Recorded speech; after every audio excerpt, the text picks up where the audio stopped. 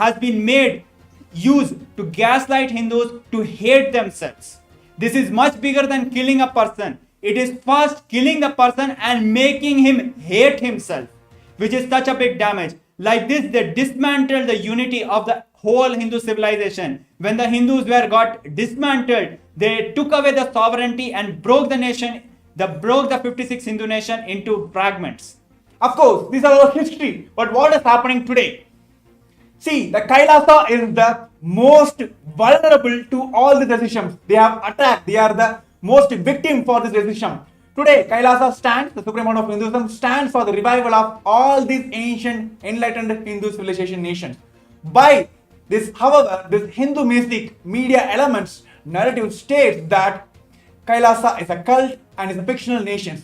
By uttering this, it is fundamentally violating the fundamental rights of the 2 billion Hindu diasporas. By stating a nation fictions, it is removing their fundamental rights of the 2 billion Hindu diasporas. In fact, the CTA, the Criminal Tribes Act, is no more applied to individuals or communities. It is now being applied to the nation of KAILASA by calling it as a cult. Just because of the practice of Hinduism, just because of revival of Hinduism, just because we are the indigenous Hindus reviving the true glory of Sanatana Hindu Dharma, they call us a cult. Is this not shameful? Are they not ashamed? This is what is racism. This is what is xenophobia. None of which exist in Hinduism. How can racism exist in Hinduism? Let us see what this report has to tell about this. Shame on the anti-Hindu medias and shame on the yellow medias, because they never stood for the truths. They always been influenced by the deep state elements who fed them with all their money, political influence, and they have continuously attacked all the Hindus, Hindu gurus who stood for the Hinduism. So what is the main reason for the attacks of the Supreme Pontiff of Hinduism? Because he stood for Hinduism. He stood for reviving a sovereign Hindu nation. Now let us understand what was lost and how much was lost. We see the destruction. Let me read the report for you. The Hindu Holocaust has, for the last 2000 years, gone through a massive destruction, resulting in loss of 56 Hindu nations that spanned over 6 million kilometers square of Asia. This resulted in the loss of more than 500 million lives. More than 4 million Hindus were enslaved. More than 160 million Hindus were starved to death. Thousands of temples were destroyed, and more than a million Hindu educational institutions were destroyed. Libraries were burned down. Yes, these numbers are very important. Not only for the global viewers, even for the neo-Hindus, because they doesn't know about the history, because the very history has the very Hindu Holocaust. Today, whatever the history you know about Hinduism, it is fabricated by the British colonizers and this anti-Hindu medias. Let me tell the numbers once again. It is a 2000 years of persecution, and 56 Hindu nations have lost its sovereignty, and 500 plus millions has been massacred during this entire persecutions, and almost more than 4 million Hindus has been accused of rape, sex, and they have been completely dismantled from the very life itself.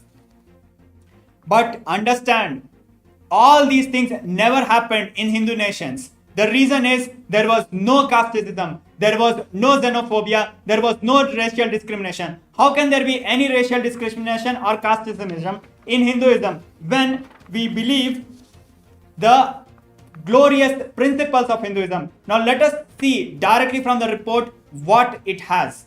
Of course, the fundamental principles taken, the measure taken by the KAILASA is implementing Paramashivam, that is, you are Paramashiva. Which nation, which community, which religion even gives this rights to everyone that you are treated as the ultimate body of the religion? But of course, we're bringing more facts to all of you. We want all the viewers to stay tuned with us. There are crisp, more details on this 21st reports by the United Nations on KAILASA. Stay tuned with us. Around 5,000 years ago, at the end of Mahabharat War, the ancient enlightened Hindu civilization consisted of 10,000 Hindu traditions, or sampradayas, that existed in 56 Hindu nations, 200 Hindu kingdoms, 1,700 Hindu provinces that covered more than 6 million kilometers square of Asia. The Supreme Pontiff of Hinduism, SPH, BHAGAVAN Nithyananda Paramashivamam, is the reviver of KAILASA, this ancient, enlightened Hindu civilizational nation.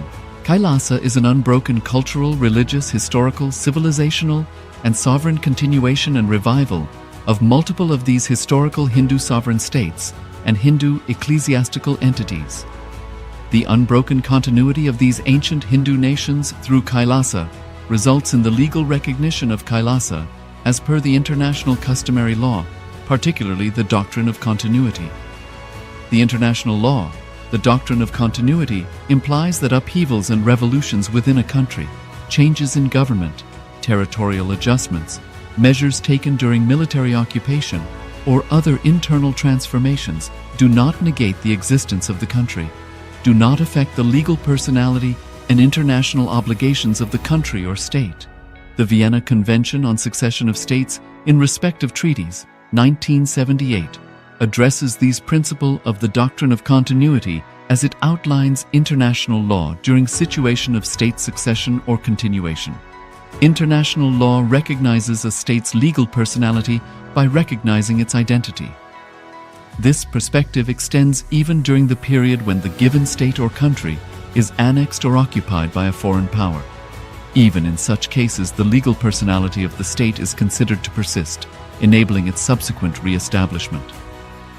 Historical examples dating back to the 18th century include cases like Portugal and Genoa that were re-established after the Vienna Congress of 1815. More recent examples include countries such as Poland, Ethiopia, Czechoslovakia, Albania, and Austria that were re-established after World War II. Even when a nation is deprived of its territory, the nation continues to exist. Its sovereignty and international legal personality continues to persist. The Dalai Lama, as the spiritual and temporal leader of Tibet, exemplifies this principle. In 1959, the Dalai Lama was exiled and forced to flee.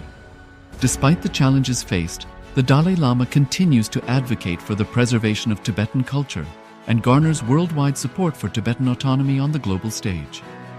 Similarly, from 1309 to 1376, the Pope of Catholicism had been in exile in Avignon.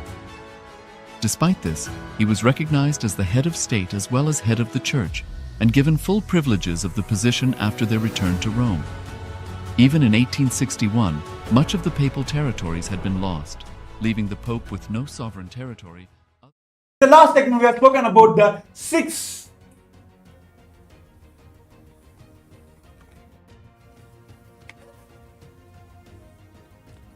Now we are back and continuing on the release of the 21st report of KAILASA by the United Nations. So we have been going through the persecution that the Hindus have gone through in the last 2000 years and particularly in the last 200 years. We understand that more than 6 million kilometers square of sovereign territory was lost. We understand 56 Hindu nations were lost. We understand 500 million Hindus were killed. But we do not understand, we still do not understand what was really lost. We need to know Hinduism, we need to understand the gifts of Hinduism to understand what we have been gone through. So let us understand directly from the report what it has to say. Yes, the very fundamental reason why KAILASA exists, why KAILASA has to be revived, is to tell the world that humanity, the superconscious breakthrough, is available for the humanities. And here are the policies and the measures taken by the Supreme Pontiff of Hinduism and KAILASA to eradicate the racism from the entire humanity, not just from the Hinduism, from the entire humanity. The first principle is Vasudhaiva Kutumbakam. The whole world is my family. When you bring this policy in your country, how a war can be induced between countries and countries? So let us understand by this principle. Many of us know Vasudhaiva Kutumbakam means whole world is my family. But we need to understand the word itself, the Sanskrit word. Vasudhaiva, Vasudha, Mother Earth, Kutumbakam, the family of Mother Earth. Just by translation, you will understand how beautifully the Hindus cognize. Our ancestor had powerful cognitions about the world. Earth is my mother. And each and every being is my family. Because we are from the same mother, how can there be discrimination? How can there be fight? And that is why Hindus lived beautifully and peacefully, because we lived by these principles. And second is the ahimsa, non-violence. See, the fundamental principle with which Kailasa has been established is ahimsa paramo dharmaha, that non-violence is the ultimate cosmic law. See, many times this non-violence has been put as the powerlessness. But how many of you know that all the fears, angers, violence, frustration, these are the powerlessness, not non-violences. Very clearly understand the world peace can be brought into the country not by wars, by only non-violence. By standing on these principles, Kailasa stands and for the United Nations for the global peace. We have contributed to the world in extraordinary ways. We talk about the problem of xenophobia. We talk about the problem of racism. None of these problems exist in Hindu nations. How can it exist? Because we never treated people as merely equal. People are not just equal. Today, the human rights treats all people as equal, whereas Hinduism teaches us people are divine. Everyone is divine. It is much higher and powerful cognition compared to all people equal. And because of this powerful cognitions, we treated everybody as divine. We treated plants as divine. We treated animals as divine. We treated land as divine. We treated inanimate objects as divine. And because we saw Paramashiva, lived with Paramashiva in each and every aspect of this cosmos, because of that, we lived peacefully with nature. We lived peacefully with each other. These are the gifts of Hinduism which have been lost when the 56 Hindu nations were lost. And today we are speaking about the racism. Of course, it is not just in Hinduism. The entire world faces the racism all around the world. But what is the solution Kailasa is giving? What is the solution Hinduism is giving is Advaita. The only experience, only principle which belongs to Hinduism is Advaita. How many of you know that Hindus have fundamentally rooted in the Advaita, oneness with the entire world, entire universe? Then where comes the racism? And when we understand the destruction by the caste system, it might look superficial. But when we look at this reality, it is not just the territory was lost. It is not just the community was lost. It is not just the unity was lost. It is not just the principles were lost. It is not just the quality of life beautifully and happily lived and contributed